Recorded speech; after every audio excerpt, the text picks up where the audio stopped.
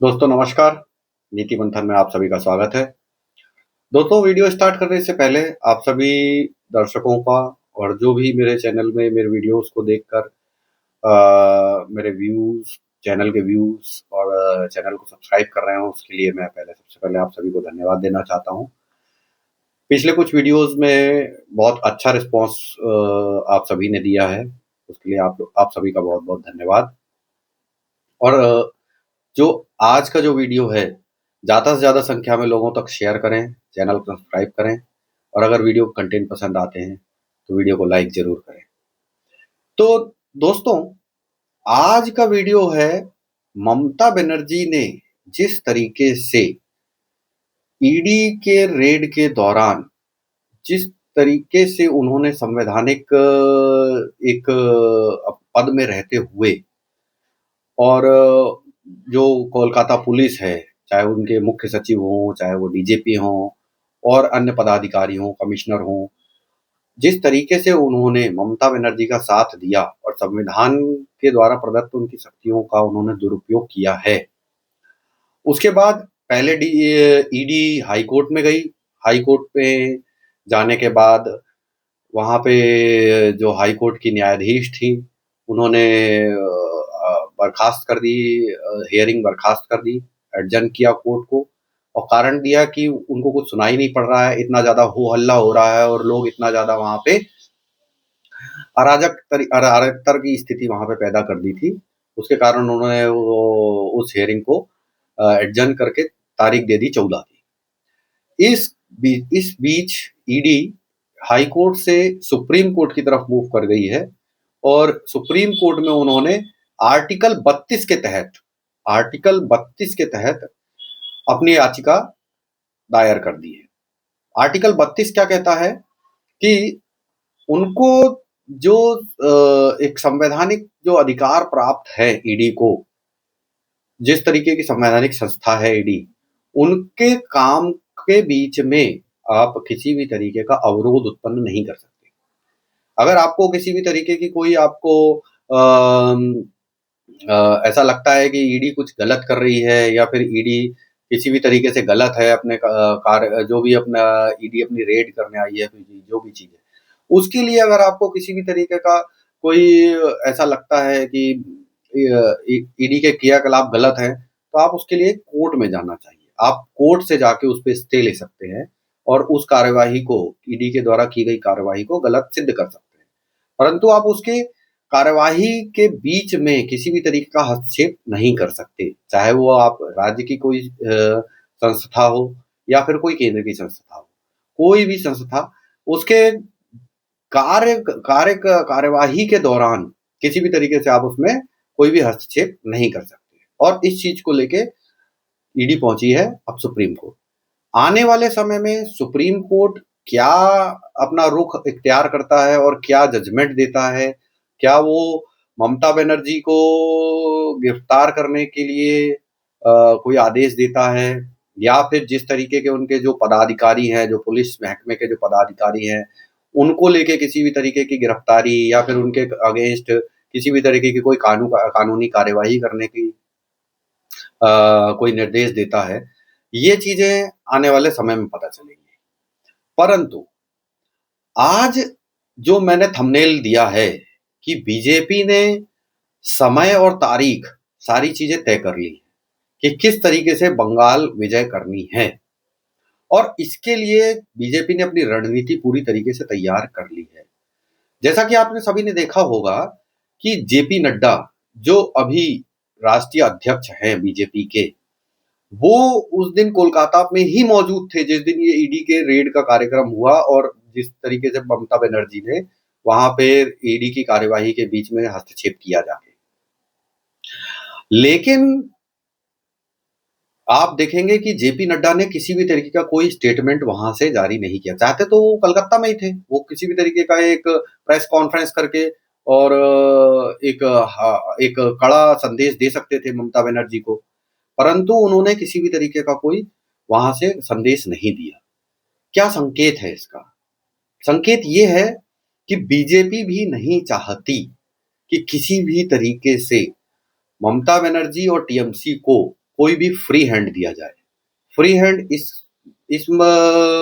दृष्टिकोण से कह रहा हूं मैं कि अगर बीजेपी ये कहती है कि ममता बनर्जी को गिरफ्तार किया जाए और प्रेशर क्रिएट बिल्डअप करती है और गलती से भी ममता बनर्जी अगर गिरफ्तार कर ली जाती हैं तो आने वाले चुनाव में बीजेपी के हाथ से एक बहुत बड़ा ट्रम्प कार्ड निकल जाएगा और वो ट्रम्प कार्ड टीएमसी को मिलेगा और वो उस ट्रम्प कार्ड का पूरी तरीके से टीएमसी पूरे चुनाव के दौरान बहुत जोर शोर से प्रचार प्रसार करेगी कि ये एक प्रकार की तानाशाही कर रही है केंद्र सरकार और ममता बनर्जी को सहानुभूति मिलेगी उनकी गिरफ्तारी को, अगर उनकी गिरफ्तारी हो जाती है तो बीजेपी नहीं चाहती कि किसी भी तरीके से टीएमसी की जो नेता है ममता बनर्जी को गिरफ्तार किया जाए। पहली चीज। दूसरी चीज, अगर आप मित्रों ने कभी शतरंज खेला हो तो शतरंज जब आखिरी दौर में होता है, जब शतरंज में कुछ मोहरे बचे होते हैं और आखिरी की कुछ चालें बची होती हैं, तो दोनों, चाहे वो पक्ष हो और चाहे वो प्रतिपक्ष हो, दोनों अपने बुद्धि का पूरा उपयोग करते हैं। पूरा उपयोग इसलिए करते हैं कि किसी भी मोहरे को मरने ना दिया जाए और सामने वाला जो अपोनेंट है उसको किस तरीके से सह और मात दी जाए जिससे कि जीत हासिल की जा सके। तो वही समय आ गया है बंगाल के चुनाव में। बंगाल के चुनाव में बहुत ज्यादा समय नहीं बचा है। बंगाल का चुनाव बहुत जल्द ही अनाउंस होगा। लेकिन मैं आज यहाँ पे आपको दो पॉइंट मुझे ऐसे लगते हैं कि इन 2 पॉइंट पे बीजेपी काम करेगी। और वो 2 पॉइंट ये हैं कि पहला पॉइंट कि एसआईआर की जो प्रक्रिया अभी चल रही है, जिस तरीके से वहां पे 1,36,00,000 लोगों को संदिग्ध की लिस्ट में रखा हुआ है, संदिग्ध सूची में रखा हुआ है, उनका स्क्रूटनी का काम चल रहा है। क्या वो स्क्रूटनी का काम जिस तरीके से चल रहा है, जिस गति से चल रहा है, वो आने वाले जो महीने हैं उसमें पूरा हो पाएगा? और जो एसआईआर की प्रक्रिया है वो निर्धारित समय तक पूरी हो पाएगी? तो पहला पॉइंट ये है कि अगर जो एसआईआर की प्रक्रिया है वो इसी धीरे गति से चलती रही तो मुझे ऐसा लगता है कि जो विधानसभा की जो निर्वाचन की जो तारीख है, जिस दिन विधानसभा का आखिरी दिन होगा, उसके पहले अगर ये प्रक्रिया पूरी नहीं हो पाती है तो ऑटोमेटिकली विधानसभा भंग हो जाएगी।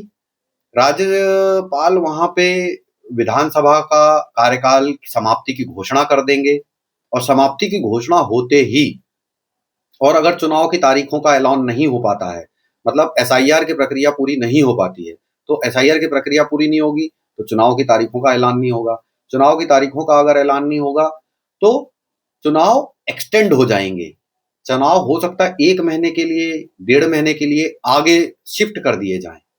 और अगर ये होता है तो वहां पे क्या होगा, वहां पे राष्ट्रपति शासन लग जाएगा। और राष्ट्रपति शासन अगर लगता है तो इसका किसी भी तरीके से बीजेपी पार्टी के ऊपर किसी भी तरीके का कोई एलिगेशन नहीं लगा पाएगी टीएमसी। और जब बीजेपी के ऊपर टीएमसी एलिगेशन नहीं लगा पाएगी तो चुनाव राष्ट्रपति शासन के अंतर्गत किए जाएंगे।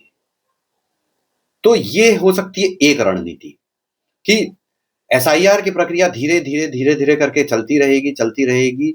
और क्योंकि अंततः चुनाव कराने का जो दायित्व है वो है चुनाव आयोग के पास में। अगर चुनाव आयोग इस चीज को बोल देता है कि अभी एसआईआर की प्रक्रिया पूरी नहीं हुई है, अभी वोटर लिस्ट पूरी तरीके से, जिस तरीके से वोटर लिस्ट तैयार होनी चाहिए वो वोटर लिस्ट पूरी तरीके से तैयार नहीं हो पाई है, तो उस स्थिति में चुनाव आयोग चुनाव की तारीखों की घोषणा नहीं करेगा।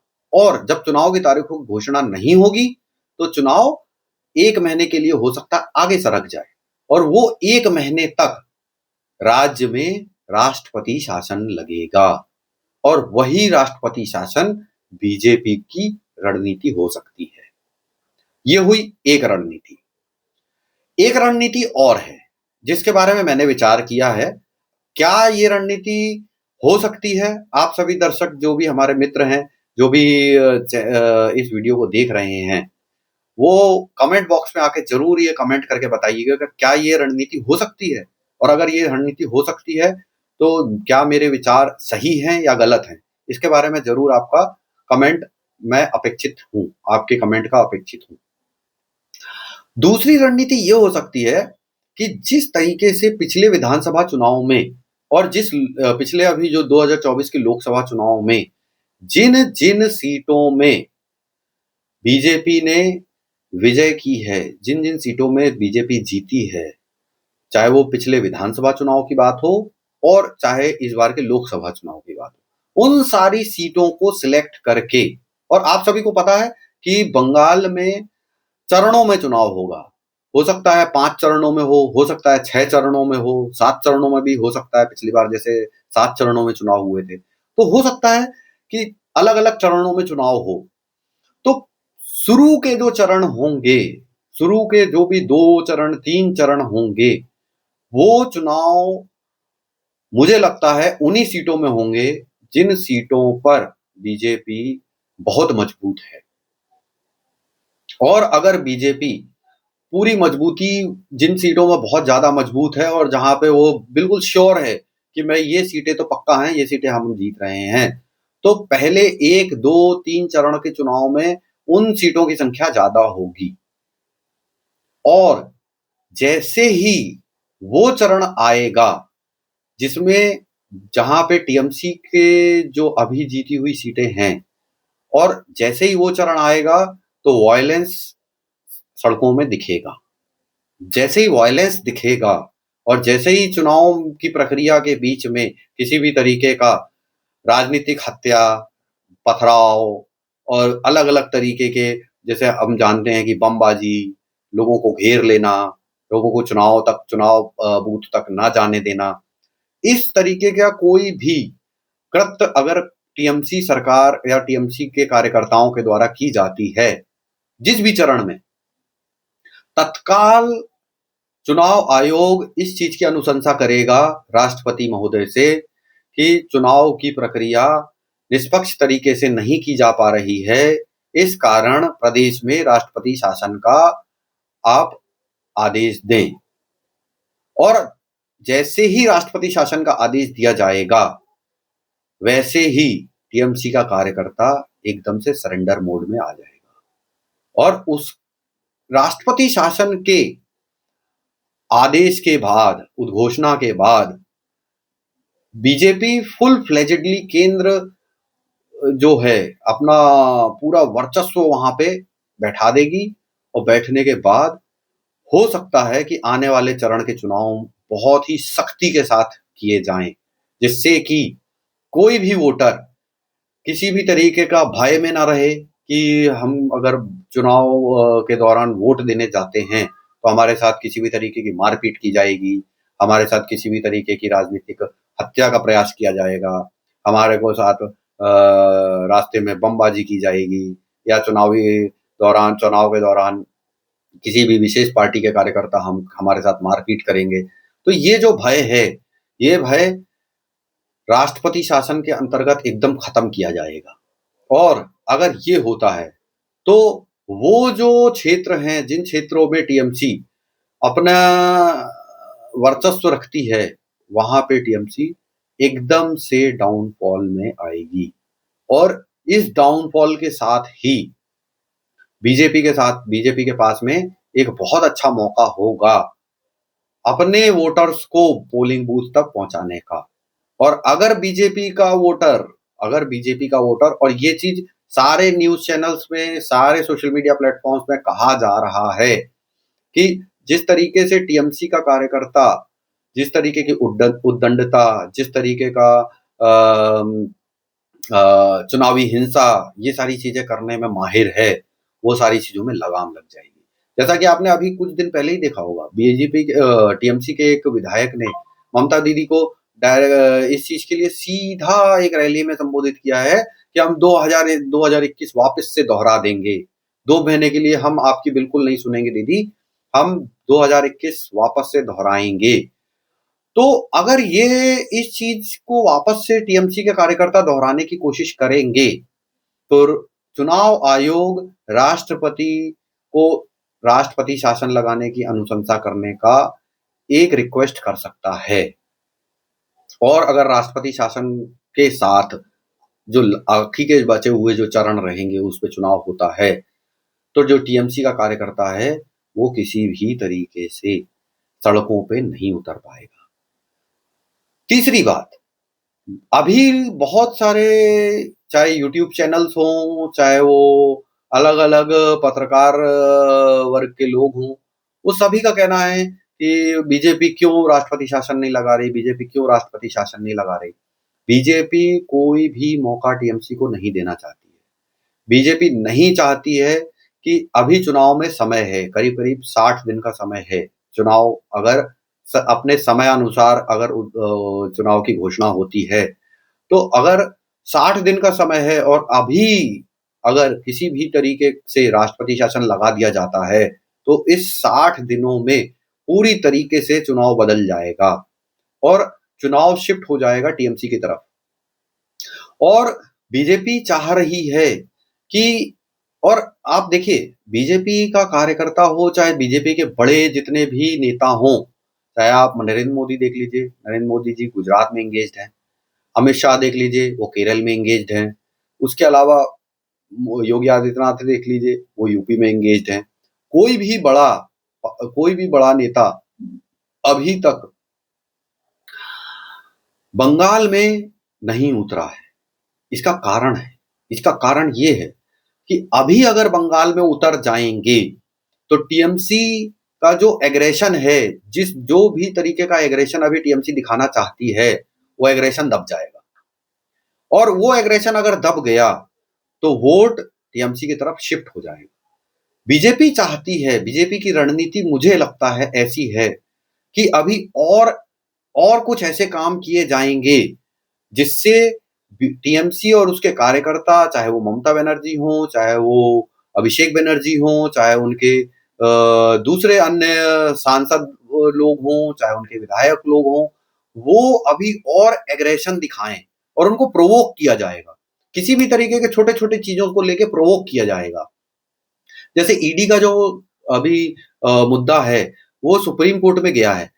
ईडी सुप्रीम कोर्ट में कहीं से भी बीजेपी टीएमसी को नहीं घेरेगी, टीएमसी और खासकर ममता बनर्जी को नहीं घेरेगी, वो घेरेगी पुलिस तंत्र को, मुख्य सचिव को, वो घेरेगी डीजीपी को, वो घेरेगी कमिश्नर को, कोलकाता पुलिस कमिश्नर को और 13-14 जो अधिकारी हैं जो उस दिन वहां मौजूद थे, वो ये चीज सिद्ध करने की कोशिश करेगी कि इन अधिकारियों ने अपने अधिकारों का गलत प्रयोग किया है तो सजा इन अधिकारियों को मिलनी चाहिए।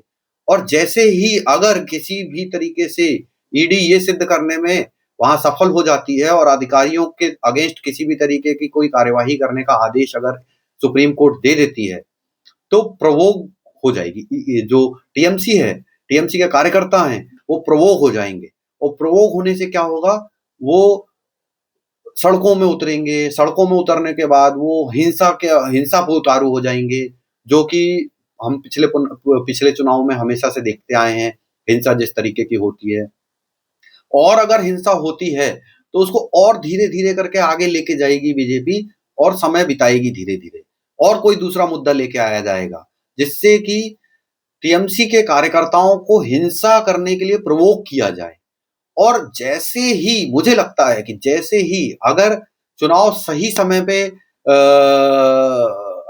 चुनाव का जो उद्घोषणा है वो सही समय पे हो जाती है, तब चुनाव की घोषणा होते ही हो सकता है कि कुछ दिन के बाद इनकी हिंसा अगर बढ़ती है और हिंसा बढ़ते ही वहां पे समय का इंतजार कर रही है। मेरा कहने का मतलब ये है कि बीजेपी एक समय का इंतजार कर रही है। बीजेपी टीएमसी को बहुत लंबा समय नहीं देना चाहती है कि वो किसी भी तरीके से अपने तरफ एक सिंपैथी गेन कर पाए।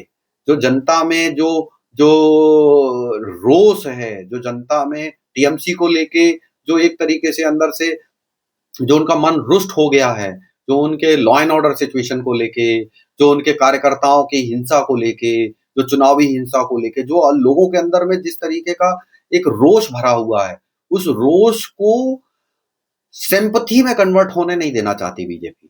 और वो तभी पॉसिबल है जब बहुत कम समय मिले टीएमसी को ये काम करने के लिए। अगर अभी राष्ट्रपति शासन लग जाता है तो टीएमसी के पास में बहुत लंबा समय होगा और इस लंबे समय को टीएमसी पूरी तरीके से सिंपैथी गेन करने में मुझे लगता है सक्षम है और वो सिंपैथी पकड़ लेगी और सिंपैथी के साथ में चुनाव के नतीजे वापस से एक बार टीएमसी के फेवर में चले जाएंगे। तो मुझे मेरा जो ये आकलन है कि आने वाला समय जो अभी आने वाला जो समय है अगला 1-1.5 महीने का, इस 1-1.5 महीने में बीजेपी के कार्यकर्ता और बीजेपी के जो बड़े अधिकारी या फिर बीजेपी के जो बड़े नेतागण हैं, वो शांति धारण करके बैठे रहेंगे। वो इस जो सोशल मीडिया में जो लोग जिस तरीके का माहौल क्रिएट हो रहा है कि राष्ट्रपति शासन लगा दो, राष्ट्रपति शासन लगा दो, वो इस बहकावे में नहीं आने वाले। वो राष्ट्रपति शासन जरूर लगेगा और मैं 100% आपको ये कह सकता हूं कि इस बार का बंगाल का चुनाव राष्ट्रपति शासन के अंतर्गत ही होगा। लेकिन वो राष्ट्रपति शासन कब लगेगा, उसकी समय, उसका तारीख बीजेपी तय करके रखी हुई है और वो तारीख और वो समय तब अभी तक किसी को भी नहीं पता। जिस तरीके से बीजेपी कभी भी किसी भी तरीके के तारीखों का ऐलान, किसी भी तरीके का अपना नेक्स्ट मूव का जो होता है वो कभी भी सोशल मीडिया या फिर नेशनल मीडिया में कभी भी वो डिस्क्लोज होने नहीं देती है। ये बीजेपी का जो उनकी स्ट्रैटेजी है, वो स्ट्रैटेजी डिस्क्लोज होने नहीं देती है कि इस स्ट्रैटेजी को लेके हम आगे आने वाले हैं। तो मुझे ऐसा लगता है कि आने वाला चुनाव बहुत ही दिलचस्प होने वाला है और आने वाला समय बंगाल चुनाव में बहुत ही नई नई तरीके की नए तरीके के अध्यायों को खोलेगा और देखना रहेगा कि आने वाले समय में क्या होता है, क्या मूव होता है टीएमसी का। टीएमसी किस तरीके से इसको काउंटर करती है और बीजेपी उस काउंटर को किस तरीके से काउंटर करती है, टीएमसी के काउंटर को किस तरीके से काउंटर करती है, ये एक देखने वाली बात रहेगी।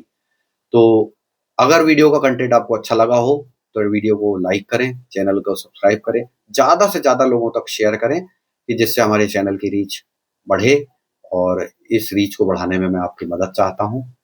धन्यवाद। जय हिंद, जय भारत। नमस्कार।